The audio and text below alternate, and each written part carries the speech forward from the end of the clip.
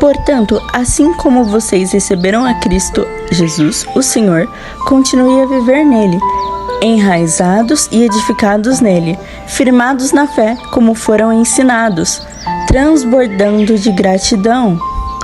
Colossenses 2, do 6 ao 7.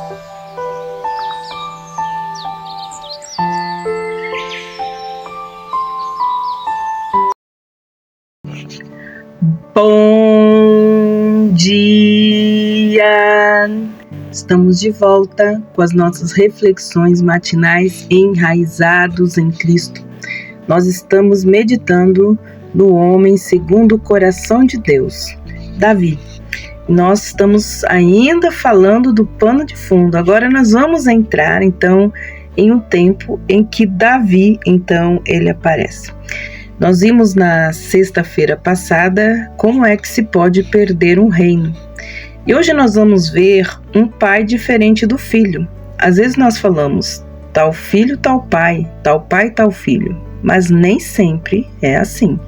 1 Samuel 14 diz assim: E Jonatas disse ao seu escudeiro: Vamos ao destacamento daqueles incircuncisos, talvez o Senhor haja em nosso favor. Pois nada pode impedir o Senhor de salvar, seja com muitos ou seja com poucos. 1 Samuel 14, 6. Saul era um homem com tanto potencial que estragou o seu reinado pela desobediência. Agora, em 1 Samuel 13, nós somos apresentados a Jonatas, o filho do rei Saul. Um homem totalmente diferente do seu pai. O que o seu pai tinha de decepcionante, ele tinha de nobre. Aquele que se tornou tão querido para Davi irá tornar-se certamente muito querido por nós. Mais uma vez, então, Saul, Jonatas e o exército israelita enfrentaram uma tropa muito superior à dos filisteus. Os israelitas literalmente se escondiam de medo. Jonatas, obviamente, decidiu que o exército do Todo-Poderoso não precisava se esconder. Em uma de suas grandes declarações de fé, acompanhadas por uma atitude, Jonatas e seu escudeiro falam assim: Vamos ao destacamento daqueles incircuncisos.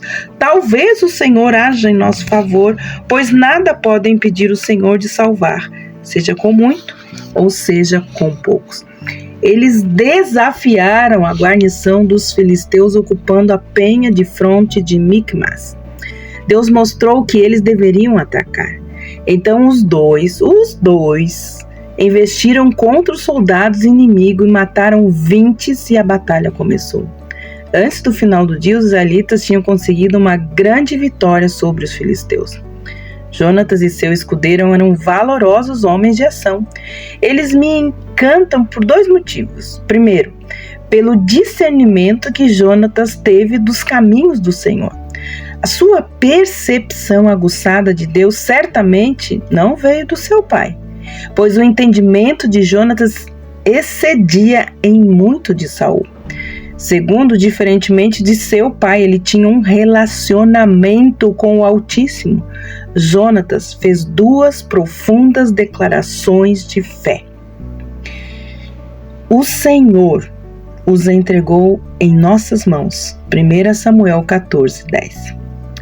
1 Samuel 14, 6, ele diz: Nada pode impedir o Senhor de salvar, seja com muito ou seja com poucos. Então, essas declarações revelam a sua percepção marcante que Jonatas tinha dos caminhos de Deus. Ele sabia que o Senhor poderia livrá-lo, não importando com quem ou quantos ele pelejasse contra ele. Na verdade, ele sabia que se o Senhor decidisse livrá-lo, nada poderia detê-lo. Sua fé na força e na determinação de Deus eram sólidas. Ele cria que o Altíssimo poderia fazer qualquer coisa.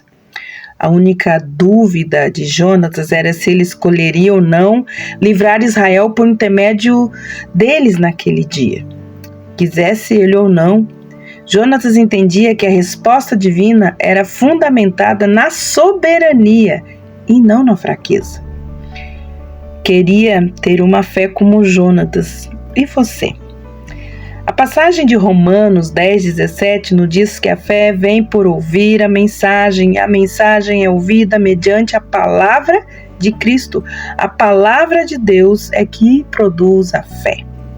Jonatas começou uma batalha que logo se transformou em derrota. Deus enviou pânico ao Israel dos filisteus até que eles matassem uns aos outros. Os israelitas apenas caçaram os filisteus em sua operação de limpeza. Então, o pai de Jonatas, o rei Davi, entra em cena. O rei Saul entra em cena. Saul viu o exército filisteu em desordem e mandou que os israelitas o atacassem. Nesse processo, ele fez algo impulsivo e estúpido. Saul lhes havia imposto um juramento dizendo: maldito seja todo o que comer antes do anoitecer, antes que eu tenha me vingado dos meus inimigos. Por isso ninguém tinha comido nada. 1 Samuel 14:24. Ele obrigou os soldados a oferecerem um jejum claramente não orientado por Deus. Acredito que nós podemos aprender com a atitude impulsiva de Saul em duas coisas. Primeiro, simplesmente abster-nos de decisões tomadas por impulso. Saul tomou uma atitude extrema sem mesmo consultar ao Senhor, ou por bom senso. A segunda lição diz respeito especificamente aos nossos hábitos alimentares. Tome cuidado. Assim como a ordem impulsiva de Saul, muita gente faz jejum sem direção divina. Com isso, alguns até mesmo levam sua dieta a extremos fatais.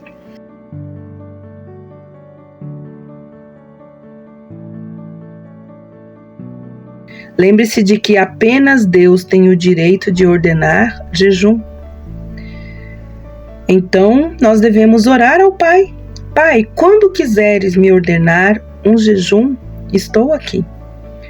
Votos apressados e impulsivos podem custar-nos caro.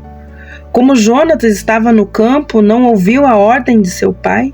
Quando o exército caçou os filisteus, os soldados ficaram exaustos. Por isso, ao chegarem a um lugar onde havia um favo de mel, Jonatas se alimentou dele.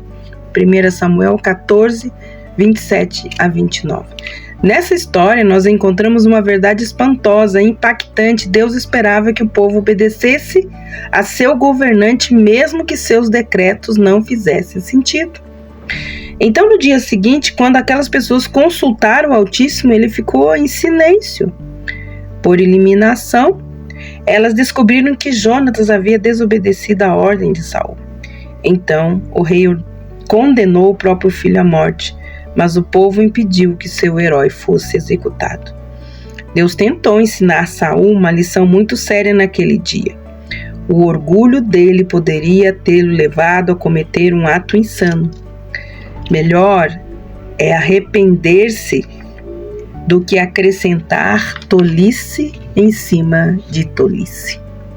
No relato dessa batalha e das suas consequências, enxergamos com clareza que Deus é por nós nas lutas e Ele não é contra nós. Ele quer fortalecer-nos diante dos nossos inimigos com fé, como a de Jonatas, com obediência à semelhança de seu escudeiro e com a alimentação como a que o exército de Saul deveria ter recebido. Tudo o que fizermos deve ser feito para a glória de Deus, com o consentimento de Deus e com o chamado e o propósito de Deus. Não faça nada na sua vida. Como disse Jesus, nada posso fazer sem que meu Pai me diga o que fazer. Que o Senhor abençoe você e até amanhã com as nossas reflexões matinais enraizados em Cristo. Deus te abençoe e até lá!